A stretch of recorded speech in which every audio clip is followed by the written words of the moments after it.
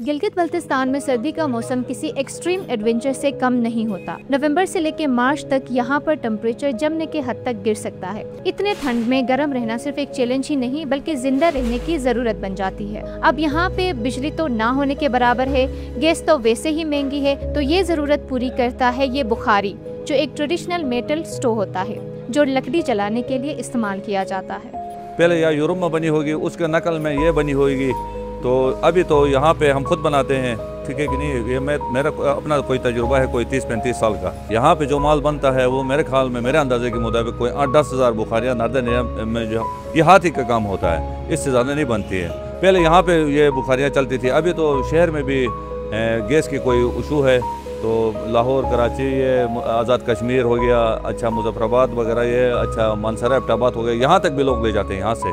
तो होलसेल का भी काम होता है यहाँ पे, तो अच्छा कारोबार है और रेट भी मुनासिब इस वक्त चल रहे हैं। कम से कम कोई 20-25 इकसाम हैं यहाँ पे। ड्रम के बनते हैं, अच्छा जस्ती चादर के बनते हैं, और ये ब्लैक चादर आजकल बहुत मशहूर हो गया है। आपके सामने कितना रश यहाँ पे लगा हुआ था दुकान में। हीटर राड वगैरह, ये जो गैस सिलेंडर वगैरह, ये तो सब फेल है। तो बिजली का निज़ाम भी धर्म भरम है। तो वाहिद जो बुखारी है जो घर का एक निज़ाम चलाती है, जिसमें खाना भी पकते हैं, बच्चे हो, बूढ़े हो, जवान हो, सब गर्म भी होते हैं। इतनी हार्श सर्दियों का सामना करने के लिए गिलगित बल्तिस्तान में हर साल हजारों टन लकड़ियां जला दी जाती हैं। अब सवाल ये है कि ये लकड़ी आती कहां से है? लकड़ी चिलास से भी आती है, यासीन से भी आती है। चिलास वाली साइड से मतलब जैसे दियार की लकड़ी है, चीड़ की लकड़ी है। यासीन वाली साइड से सफ़ेदे की लकड़ी आती है। जलालाबाद वाली साइड, हराम मौज साइड से लकड़ी आती है। गिलगित की अपनी लकड़ी नहीं है। सर्दियों में तकरीबन प्रॉफिट का कोई इतना मार्जिन नहीं है, क्योंकि ज़ाहिर सी बात है बिजली भी कम होती है, उसकी वजह से काम भी कम है। तो जलाने वाली लकड़ी में ये होता है कि लोगों का चलो थोड़ा आमदोरफ्त या मतलब घर का निज़ाम चल सकता है। गर्मी में प्रॉफिट होता है, बिजली भी होती है, लकड़ी भी होती है, निज़ाम भी चल जाता है। मतलब ज़ाहिर सी बात है, देखें अभी जंगल होगा, पानी होगा, सारा निज़ाम होगा, उससे बिजली का भी बेहतर होने का चांस है, जिसकी वजह से माहौल सही होगा। अभी दरख्त वगैरह काट रहे हैं तो उससे माहौल, लोगों की बीमारियां बढ़ रही हैं, ये नुकसान है।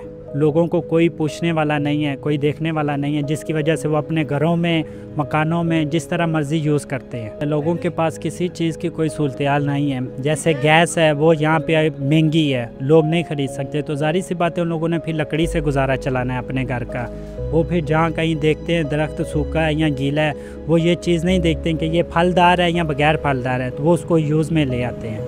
गिलगित के लगभग 40% लोग सर्दियों की हीटिंग के लिए दियामर के जंगलात की लकड़ी पर डिपेंडेंट हैं। पाकिस्तान वैसे ही एक फॉरेस्ट पुअर मुल्क है, जहां सिर्फ 5 से 6% एरिया जंगल से ढका हुआ है, और अगर ये सिलसिला ऐसे ही चलता रहा तो ये और ज्यादा कम हो जाएंगे। लेकिन ये मसला यहाँ खत्म नहीं होता। जब ये लकड़ी बंद कमरों में जलाई जाती है तो वही धुआं हवा को जहरीला बना देती है।